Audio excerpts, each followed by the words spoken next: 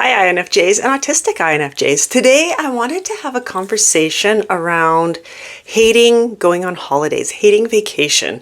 I hate going on vacation. I really despise it, and I'm actually just getting ready to go on a little holiday. My family's really excited, and on one hand I am too. I'm excited to go do fun things with my family, but another hand, so like one part of me is excited, the other part hates it and dreads it and just looks forward to when I'm back home again. So this is what I want to talk about. Now, this could be more of my autism coming out than INFJ, but I have encountered a few INFJs who feel the same way about holidays. So I wanted to talk about this today. I have done, since I found out that I was autistic, which is relatively new. I mean, it's been about a year. I have unpacked this because I used to judge myself harshly on this, but I'm going to get into this more in just a second. I better introduce myself, just in case we haven't met before. If we haven't met, welcome to my channel. I'm glad you found it. I hope you find it helpful. My name's Trina Brunel. I'm an INFJ, and I am also autistic.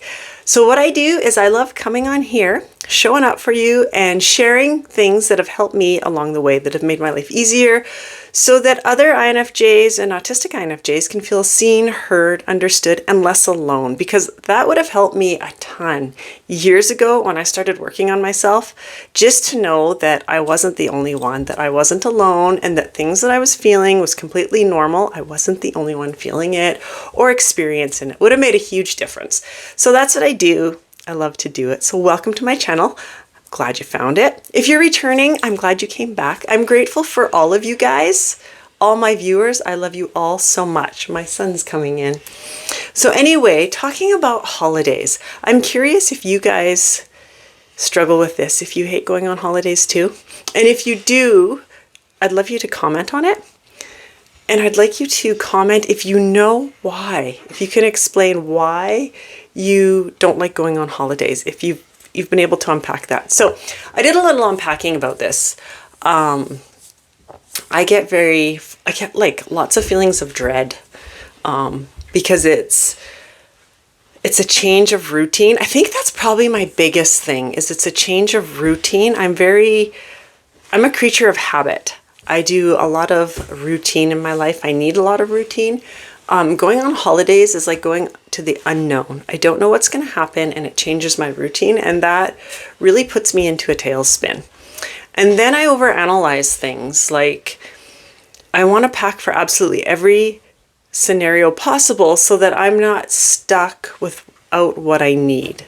That's the thought that's going through my head. So then when I'm packing, I'm like, well, what if somebody gets food poisoning? Or what if somebody gets sick and has a fever? Or what if this? What if that? What if they have a blister? I need Band-Aids. I better pack Tylenol. I better, and my mind's going all over the place. I need sunblock. Oh, and we better pack hats. And what's the forecast? What's the temperature going to be like where we're going? And I'll be constantly checking the temperature. And I just completely overthink it, overanalyze it. I'm watching my son there. And it really takes the fun out of it. So when I looked into this, because I hated being like this, there's so many experiences that I want to experience. There's places I want to see, but more importantly, there's places that I want to take my kids to see and experiences for them to have. And if I won't leave my house to go and do this, then it's not ever going to happen with them, right? So when I started looking into this after I found out that I was autistic, and I realized that, I learned that a lot of it has to do with autism. Lots of autistic people struggle with going on holidays for the reasons that I mentioned, is because it's like a change of routine. It's like massive sensory overload, especially if you're going to a busy place. There's different noises, so maybe you can't sleep and get dysregulated. And being dysregulated from lack of sleep is a really bad place for us to be. Dysregulation from anything is a bad place for us to be. It takes the fun out of everything, right? But lack of sleep will lead to dysregulation. We're sensitive to change. I can't remember now if I mentioned that. My son's doing stuff over there, so I'm like half paying attention over there and half not. So we're really sensitive to change, going out into the unknown, not sure what to expect. It's very scary and overwhelming for us. Also, holidays require more emotional energy for us. I read this. So we might have to talk to strangers or interact with people that we don't know. We may not know where we can escape. If we need to just escape and have like a quiet time, where's our safe place going to be? How much masking am I going to have to do? Which is a huge thing for me because I've been working really hard on masking, because even INFJs who are not on the spectrum tend to mask. And I've discovered how incredibly unhealthy it is for us, for our well-being, for our self-love, self-worth, self-esteem. Masking is really hard on all of that. And when I discovered that, I've been very mindful the last few years of not to mask. So all these thoughts come up in my head and it becomes overwhelming to the point where I'm dreading going on holidays, which doesn't help. It's not helping at all when I have a family that's so excited and I want to be excited to go on holidays too. So when I did research on this, I came across a few things, tips that suggested trying to help with it. And now that I'm getting ready to go on holidays, I'm all packed and ready to go, I thought I would share these tips.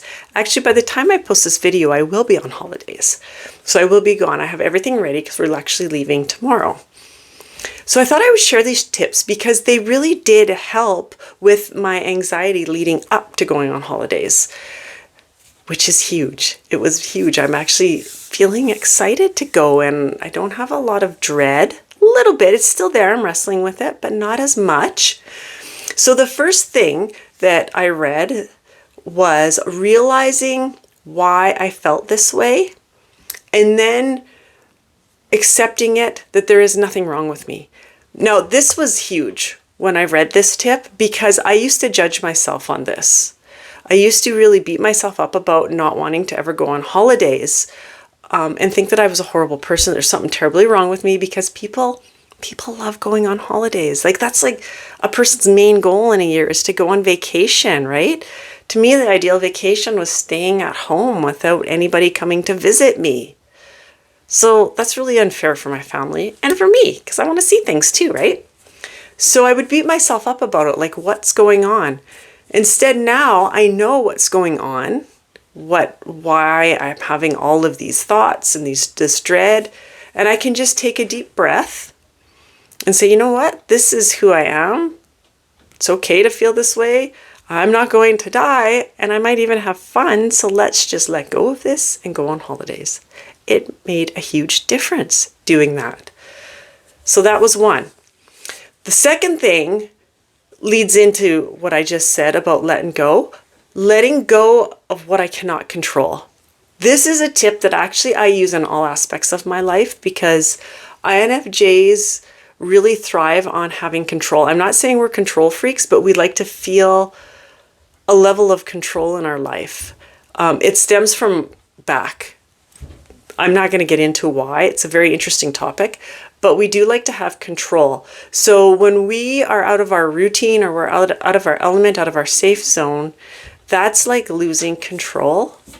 And if we can just let go of those things that we just can't control, because we can't control that all the time, and just relax and enjoy the moment for what it is, that releases so much anxiety right there, just doing that. And I will remind myself of this daily because, like I said, I use this in all aspects of my life, that I just have to let go of the things that I can't control. Actually, every morning I recite what is it called? The Serenity Prayer? Yes. I have to read it. I don't have it memorized. This is a new thing I've been trying for the last 3 weeks, I believe it is. It's the prayer that says, you can say Spirit, Universe, God, whatever you want, Lord, grant me the serenity to let go of the things that I cannot control. The courage to be able to, you know what? I can't even remember it now. Anyway, you guys know what it is. I'm not even going to go to it. I don't have it memorized. I've got a really bad memory for stuff like that, so I have to read it all the time. And I actually have it saved on my phone. Anyway, you know what I'm talking about. That's a good one to recite when you're feeling. You could use universe, whatever. If you're not into like the spirit or God, you can use universe or whatever makes it work for you, right? So anyway, that helps. The third tip was Communicate my needs to my travel partner. This is a great one too. Now, Jay is my travel partner, my hubby. He lives with me. He kind of knows my needs, but still communicating them. Like, I know one day we're going to go to this giant amusement park where it's going to be very busy. There's going to be lots of noise. There's going to be lots of lights. It's going to be sensory overload for me. So that night is probably going to be room service because I'm not going to have the mental capacity to go out again. So even just, reminding him that this is probably what's going to happen, and he's going to be okay with it because he's a little bit like me that way. So that's a good one, is to just, communicate your needs to your travel partner. You got to take breaks, take them. Have zero expectations was another tip, which is huge because I have expectations. That goes back to, remember earlier in this video, I said I plan for like absolutely every scenario. That kind of goes with my expectations, right? I want everybody to have this great time and blah, blah, blah. So go into it without any expectations at all and just go with the flow. Again, it kind of goes back to the other tip of just letting go what we can't control with that serenity prayer that I can't remember it. And I wanted to tell it to you guys. I should have wrote it down. Anyway, you can look it up.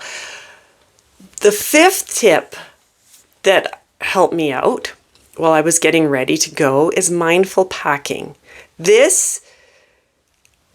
think it's going to help me out. This one I will know once I go on holidays, but I could see it helping me out. Packing things that are my comfort items for me, right? So like my pillow, my blanket, sensory things. I pack little crystals with me because I like how they feel. They're so smooth. I like the shape of them. Most of them are shaped as hearts and I like that. I just like packing them in my pocket when I know I'm going to go somewhere where it's going to be a lot. I like to have them in my pocket and I just will reach down and I'll feel they're there. And sometimes, give them a little rub and I'll be okay. Pack a few of our favorite snacks. Now this is big because my youngest son is a lot like me. So I'm going to be packing the same stuff for him, his comfort items, his pillow and blanket I'm going to pack, and I'm going to pack a few of his favorite snacks because he has massive anxiety around food. He's autistic as well. So he's very limited to the things that he will eat, and he is not big on trying new things. Like his list of foods is about maybe 5 total. So it's kind of a big deal, right? But anyway, being mindful on what we're packing, these things give us a sense of home, safety, and it just makes that unknown environment of holidays more like a place of home. And I could see how that would be helpful. So now, my question for you, again, I have another question, is do you have anything to add to this? That you have tried or something that you know that you do that has really helped create a more exciting feeling towards holidays instead of dreading them, right? Maybe a little tip that you do or a little trick, whatever it may be. If you feel like it, I'd love you to share it so we can help each other. Plus, I'm always looking for new tips and tricks also to help me out.